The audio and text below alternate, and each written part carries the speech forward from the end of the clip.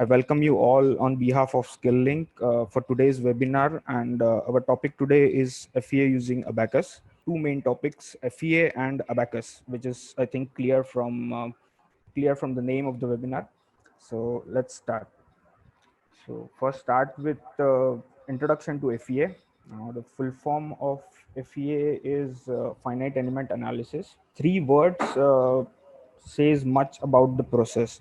So if you see finite, then it represents the degrees of freedoms of a system. So that's why we need to solve something using FEA, we need finite number of degrees of freedom. Okay. Now, second word is element. Element is basically a discretization of a geometry. Like if you consider any geometry, then first we need to discretize it using elements. That's why elements. And analysis is self-explanatory. We are analyzing something here, so that's why it's an analysis. Okay, so let's first see what is FEA. It's basically a numerical technique.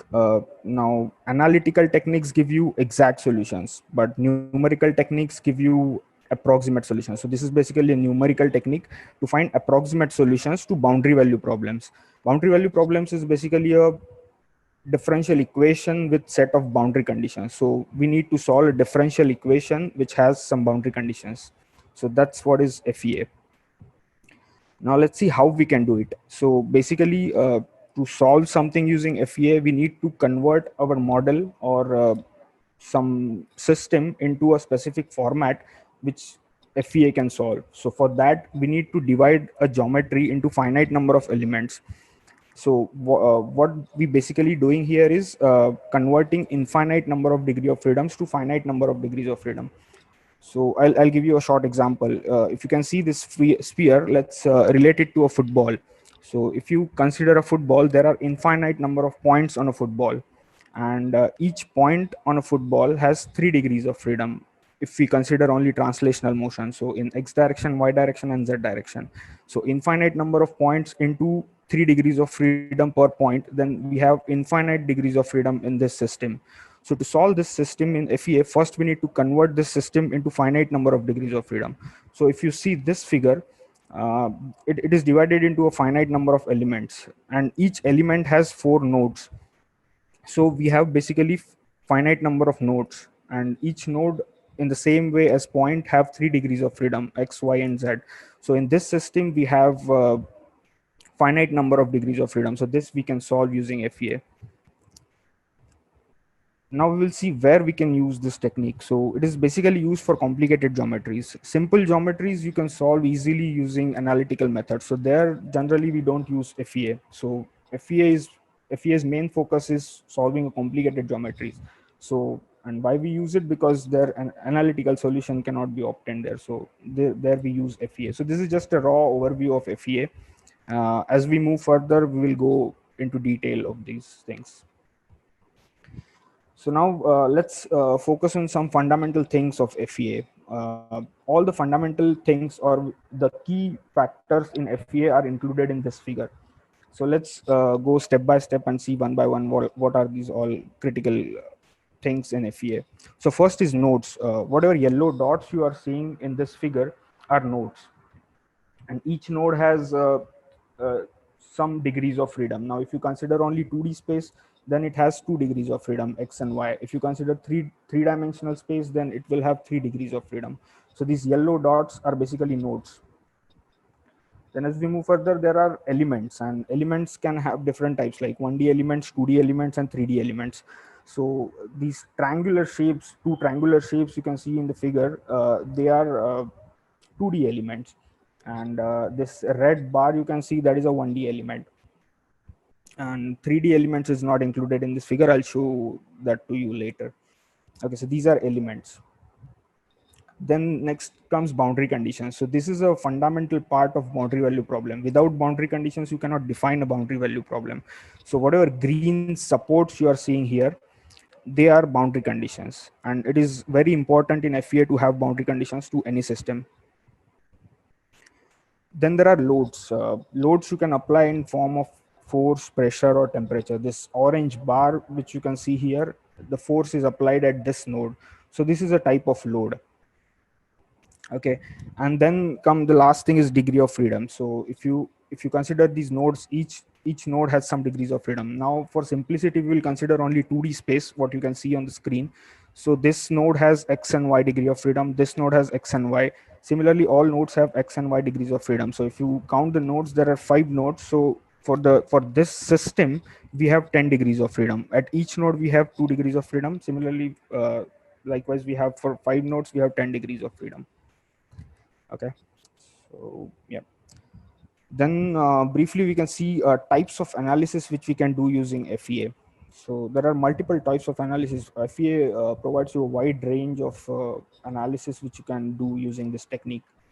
So just to list a few of them, let's go through one by one. It's a structural strength analysis. Then modal analysis. Modal analysis is basically a frequency analysis. Then crash analysis you can do using FEA. Then thermal and heat transfer analysis, contact analysis, creep and relaxation. Maybe these words are new for few of you guys, but creep and relaxation, you can imagine it's kind of a long-term loading. Just imagine a rope and there is a big ball hanging onto it, and the system is kept for hours and hours like that. So this load is applied on the system for long duration. So this is kind of creep loading. So we can do that analysis as well using FEA. Then there is a buckling analysis. This is specifically for beams or long columns. We use buckling analysis. Then comes fatigue analysis. Fatigue analysis, you can say it's a cyclic loading, or if the load is applied on the same system multiple number of times, then it's fatigue analysis. And the last is vibration and impact. Okay, I think this is clear from its name. Then FEA is just a technique, so it comes with some limitations. It's not foolproof. So let's see one by one what are the limitations of this technique, FEA technique. So first thing is discretization of a complex geometry. So first what you need to do is convert a physical system into mesh, or discretize it using elements. So first thing is it is difficult to transform real life geometries manually into finite number of elements. It is if you try to do it manually, then the accuracy will be compromised and the time required to do so will be really high. So these are the two things which are not possible manually, which are essential part of FEA, but we cannot do it manually. The next thing is numerical calculations. Numerical for manually you can solve matrix system of 3 by 3. Like this, solving a FEA problem is basically solving a matrix system. So if you consider the previous example which I explained you in 2D, where we had 5 nodes and 10 degrees of freedom. So if you try to solve that system manually, then we will have matrix of the order 10 by 10, which is not possible to solve manually. So that is the problem with FEA. You cannot just take pen and paper and solve every problem using FEA. And in real life, if you consider the first example of football, like there are millions of nodes you can put on that geometry to finally mesh it. So we'll have millions of degrees of freedom for that system. So definitely it's not possible to solve that system manually. So but definitely we are humans, and we don't live with limitations, so definitely we will overcome these limitations. So let's see how we can overcome these limitations of FEA. So we had 3 problems. First is accuracy, then time, and then solving big systems like the numerical calculations. So all these 3 problems can be overcome using a software tool on a system with high computational power. So what software tool will do is increase the accuracy to discretize geometry into finite elements. And this tool in the software definitely help you to increase the speed of discretization. So accuracy and time, these 2 things are overcome in use by using this software tool. And if you use a high computational power system, then definitely you can solve matrices systems with higher orders in feasible time. That is also important. So from this we can conclude that it's not enough to just learn the FEA technique. We also need a software complementing it to solve complex problems. Okay, so now we have seen that we need some software. So let's see what are the leading software providers in the field of FEA currently. And yeah, these are the 3 main fundamental things in FEA. Like you need preprocessors, solvers, and post processors. So briefly I will introduce you to these things. Preprocessors is what you do is like pre-processing. Pre-processing means you are setting up a model to solve. You are not solving it, just preparing a model. So if you consider a real life system and you do meshing, then apply loads, apply boundary conditions and everything, this is pre-processing. You are not solving it, you are just setting up the problem. So this is pre-processing. So for this pre-processing, we have multiple softwares available in the market right now. It's like Abacus, Ansys, Adina, Hypermesh, Nastran, LSDyna, FEMAP, SimLab. These are just a list of few softwares. There are many more available in the market. So next thing comes is solver. So just setting up the model is not enough. You have to solve that model. So for that you need solvers. So if you submit the model to solvers, then it will give you a solution.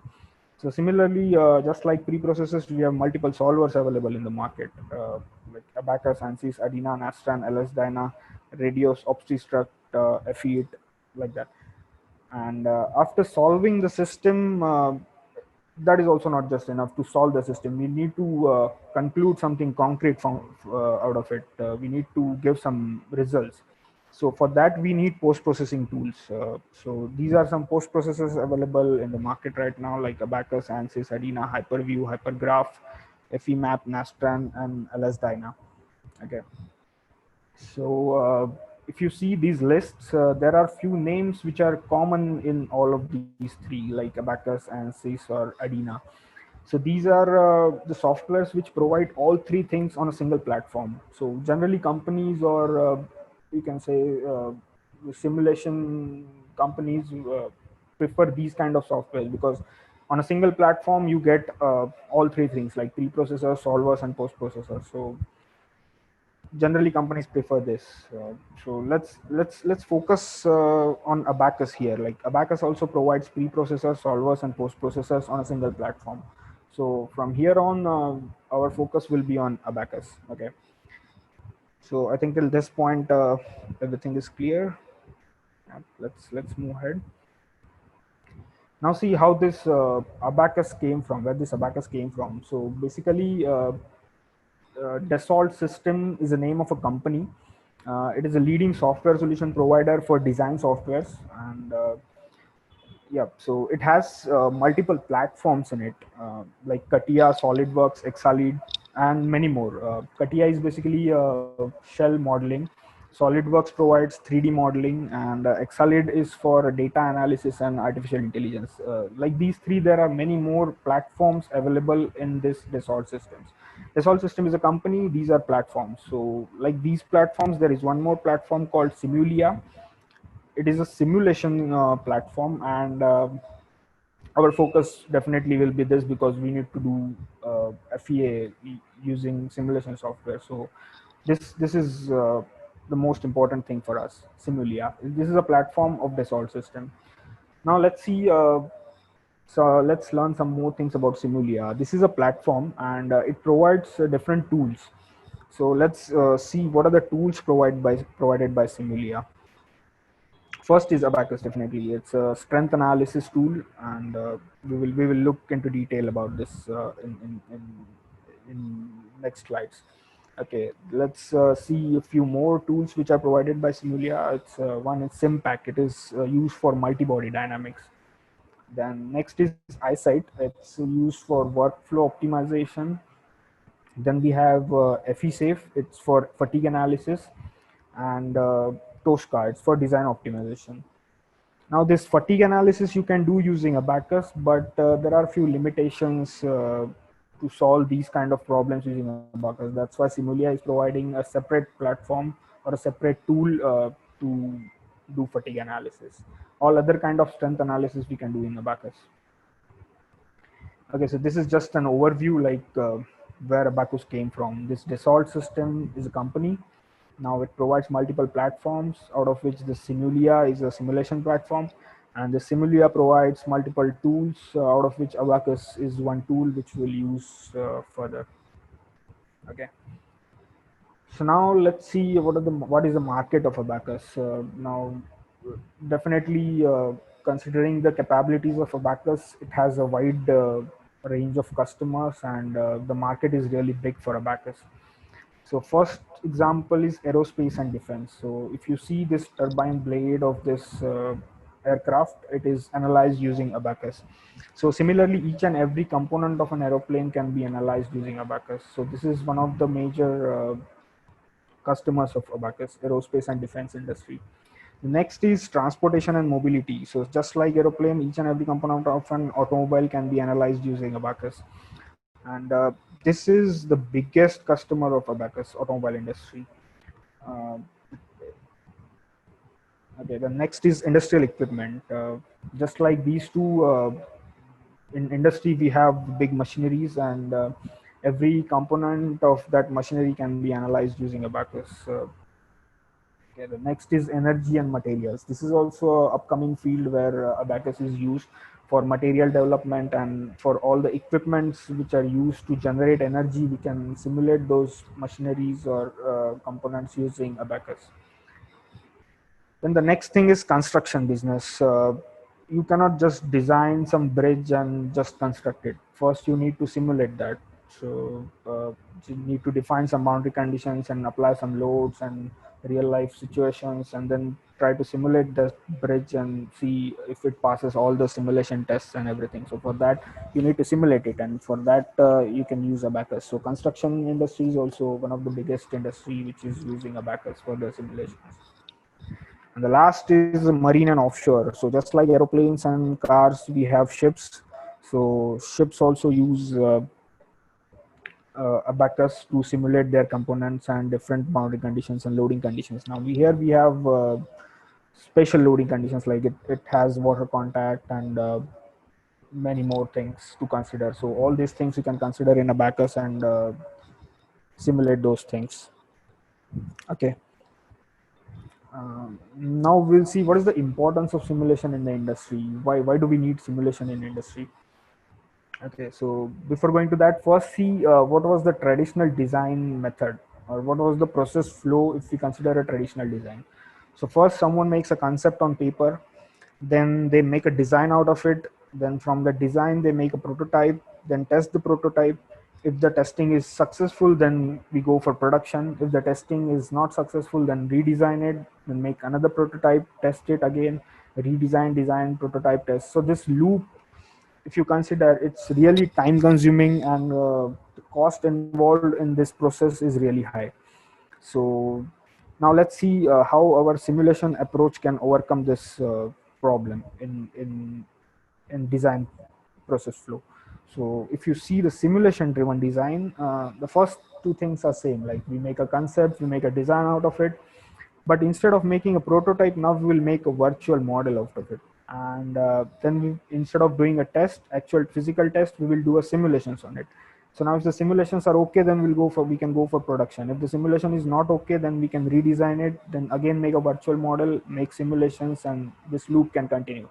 Now, advantage of this loop is there is no physical model or physical testing involved in this. So the time required for this is definitely less than the time required to make a prototype. And also this reduces the cost as well. So we can conclude that in using the simulation driven design approach, we can definitely save some cost and time.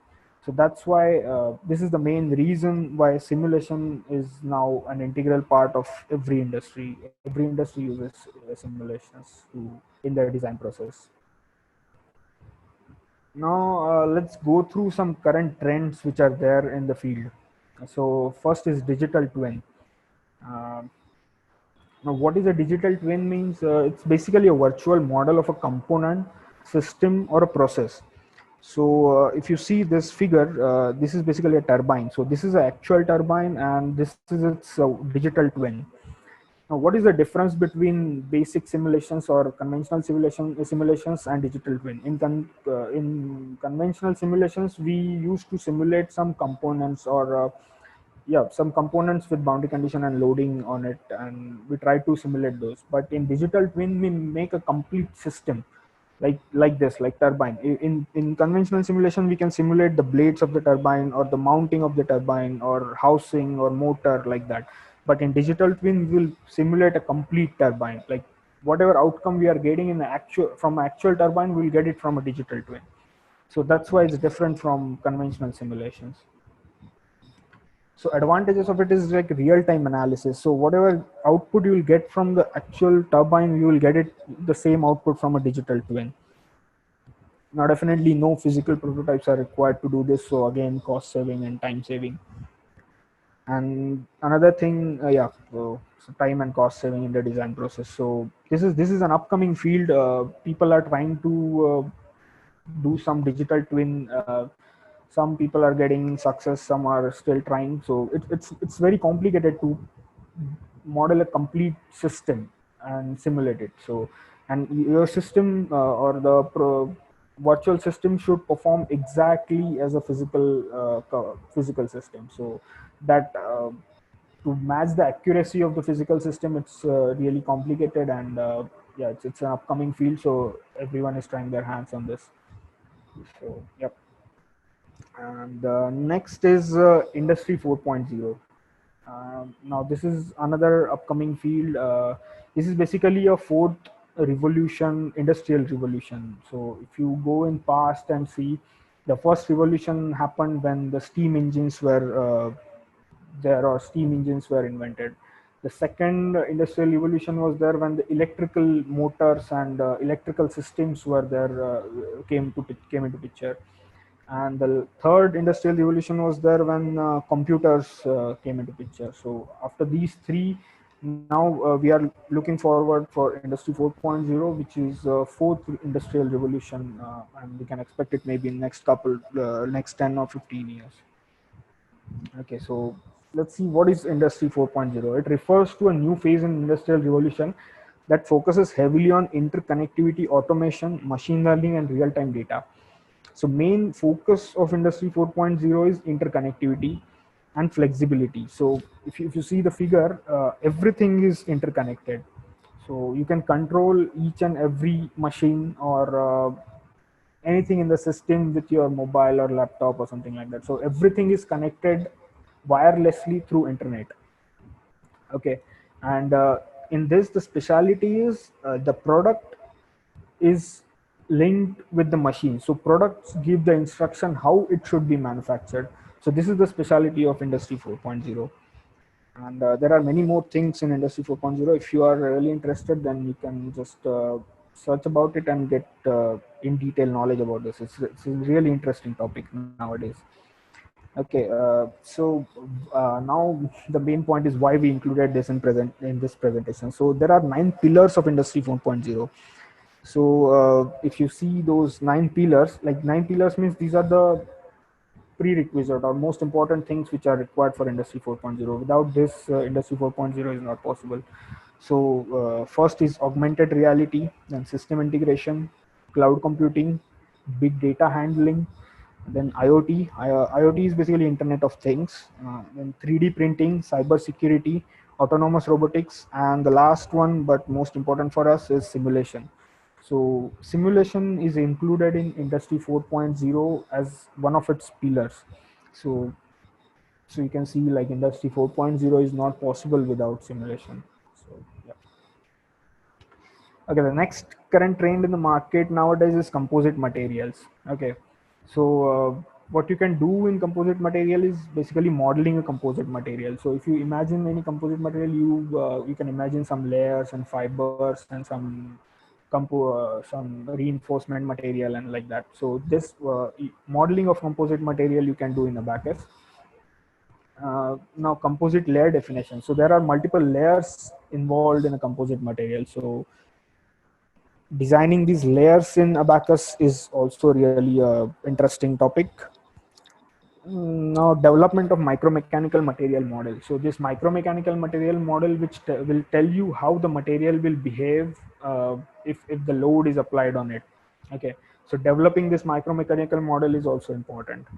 The next is material properties. Now this material properties will also tell you like how the material will behave on application of load, but this development is a theoretical part, and the material properties will be in the format which Abaqus can read, or Abaqus can take as an input and implement on its models.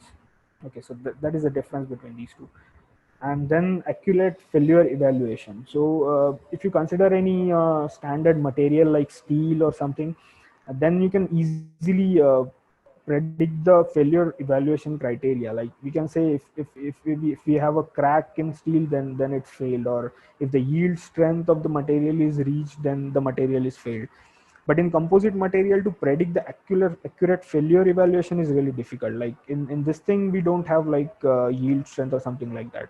Also, if the material is fiber reinforced, then we have anisotropic material properties. Like in every direction, the material strength will be different. In fiber direction, the material strength will be more. In cross fiber direction, the material strength will be less.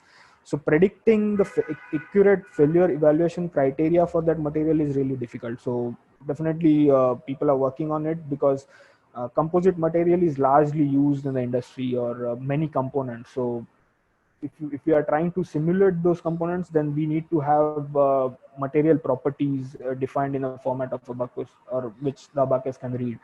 So it's really important nowadays to predict the failure criteria for composite material in accurate way. So these are all upcoming fields where people are working, and it's really interesting.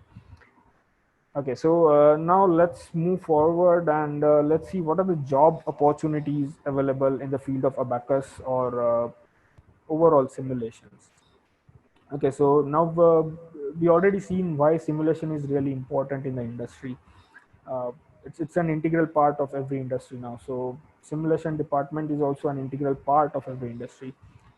Okay, so initially companies used to have one or two guys for the simulation work. They used to support the development process of the product. But nowadays, every company has its dedicated simulation department to support design and development of the product. So this picture has changed now, and yeah, so this is the picture, or this is the scenario initially, where one or two guys used to work on simulations and support the design process. But now we have like the complete department of 10 or 15 people, depending on the capacity of that company.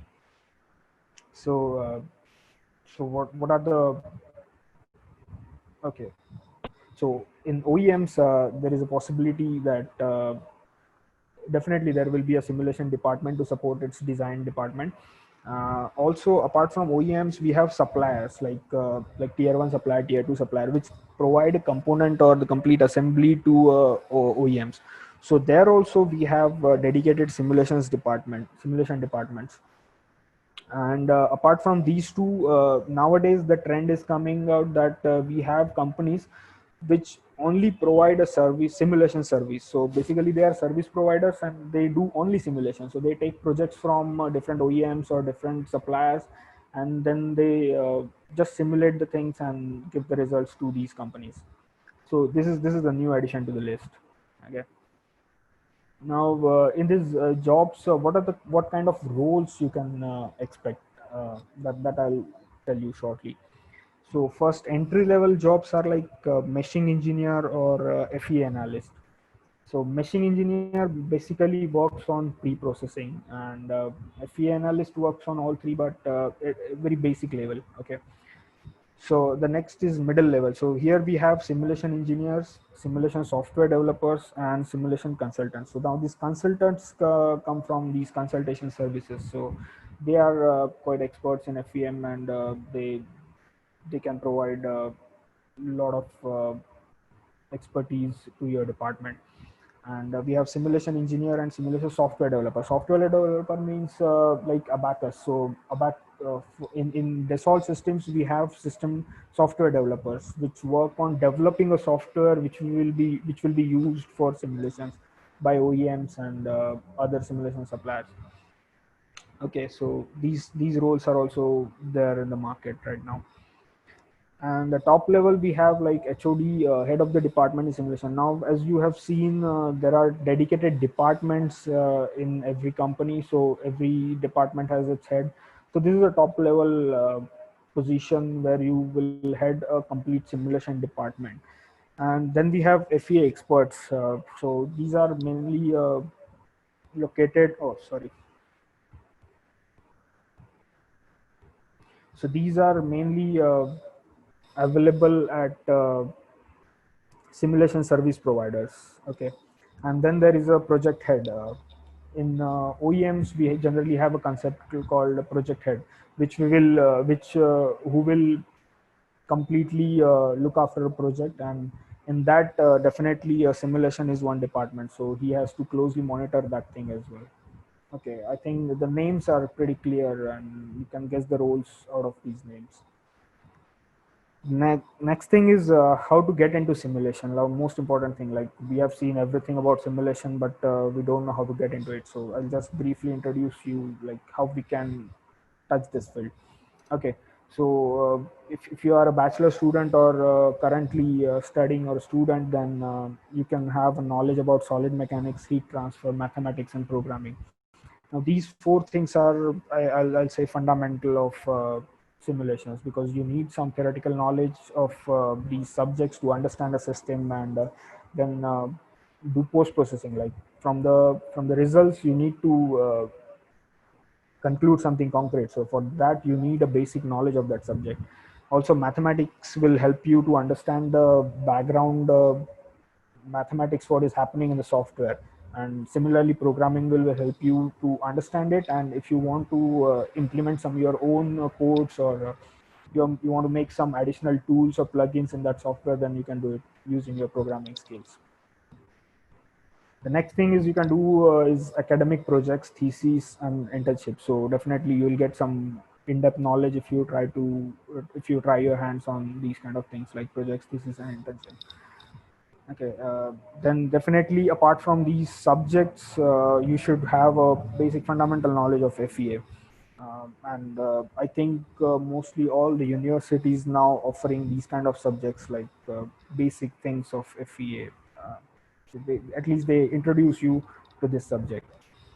Then the next thing is experience of working on a simulation software. Now definitely if you do something like academic projects, thesis, or internship, then you'll get a chance to work on simulation software. So this is I'll say a plus point. So generally people who come to simulation industry, they don't have knowledge about simulation software. They just have basic fundamental knowledge or the theoretical knowledge about the subject.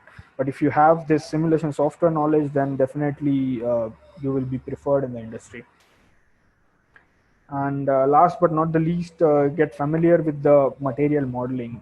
Now, as I said, like just setting up the model and give it to the solver, nothing will happen, because solver don't know how the component or how the material will behave if you don't give material properties. So and for those from the material test result, you need to know how to develop a material properties or the material model which Abacus can read. So this material modeling is also an upcoming trend, or I can say upcoming subject, which is really important in the field of simulations.